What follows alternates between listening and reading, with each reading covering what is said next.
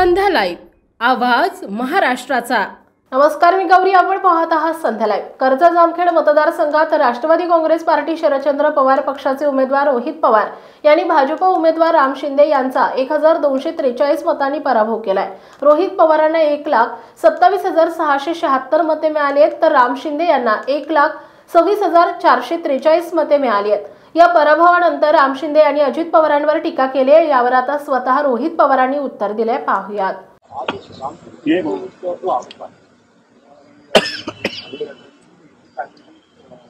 बराबर है, 5 दिन में हो जाएगा। राम शिंदे सर थोड़े नैराश्यमध्ये आहेत, डिप्रेशनमध्ये आहेत। खूप मोठा पैसा वापरून सुद्धा बरंचसं करून सुद्धा प्रत्येक गर्दीमध्ये घरापर्यंत सुद्धा माय मतदारसंघात नसताना त्यांचा तिथं पराजय झालेला आहे आणि त्या नैराश्यामध्ये ते बोलतात असं आपल्याला बघायला आता ते कॉन्ट्रॅक्ट बद्दल बोलत असतील तर तसं बघितलं तर मग मी फक्त कॉन्ट्रॅक्ट अजितदादांबरोबर केला आहे, अमित शहांबरोबर केलेला आहे, देवेंद्र फडणवीस साहेबांबरोबर केलेला आहे, राहुल पुणे साहेबांबरोबर केलेला आहे की माझ्या मतदारसंघामध्ये येऊ नका। भाजपचे नेते माझ्या मतदारसंघामध्ये राज ठाकरेंच्या बाजूने प्रचाराला आले नाही।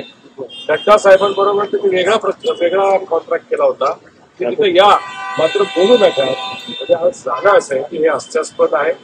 तुम्ही हल्ला आल्यानंतर तुम्ही फक्त नैराश्यामध्ये कुठेतरी घडीचं नाव सुद्धा खेळत आहात। 2019 सुद्धा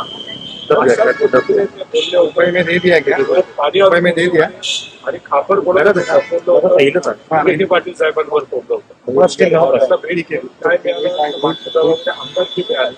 आता त्यांची स्ट्रॅटेजी अशी आहे की आता रडीचं नाव खेळायचं, आजीदारावर खापर फोडायचं आणि मग कुठेतरी मंत्रिपद मिळतं का काय असं चापक शासनाने तिथं राम शिंदे सर करतात असं आपल्याला म्हणावं लागतं।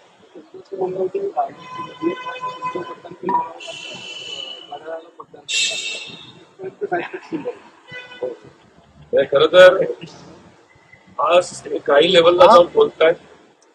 मी जर बारामतीला जाऊन मतदान केलं असतं, माझ्या पत्नीने केलं, माझ्या आईने केलं, माझ्या वडिलांनी केलं, आता मी जर गेलो असतो मी दुपारी वाजून माणूस दाबला असतं, चिन्ह घड्याळ दाबलं असतं। आता मी कुठं होतो, माझ्या मतदारसंघामध्ये जामखेड हा जो तालुका आहे तिथं राम शिंदे सरांनी गुंडांचा वापर केला। तिथं धोका असणारे गुंड प्रचारामध्ये भाजपकडनं प्रचार करत होते। अशा लोकांच्या विरोधात कार्यकर्त्यांच्या बाजूने कार्यकर्त्यांच्या केसाला धक्का लागू नये म्हणून मध्यरात्रीपासून मतदान संपुष्ट तिथं उपस्थित होतो आणि मग अशात गुंडाशाही तिथं केली नसती तर मला वेळ मिळाला असता, मी बारामतीला गेलो असतो, मतदान केलं असतं, परत इथे येऊन प्रचारामध्ये नाहीतर मतदान होतंय का नाही, काय अडचणी येतात हे बघण्यासाठी आलो असतो, पण गुंडाशाही इतक्या मोठ्या प्रमाणात होती। ताज्या आणि महत्त्वपूर्ण बातम्या पाहण्यासाठी आजच आमच्या संध्या लाईव्ह न्यूज चॅनलला YouTubeवर सबस्क्राईब करा आणि बेल आयकॉन प्रेस करा।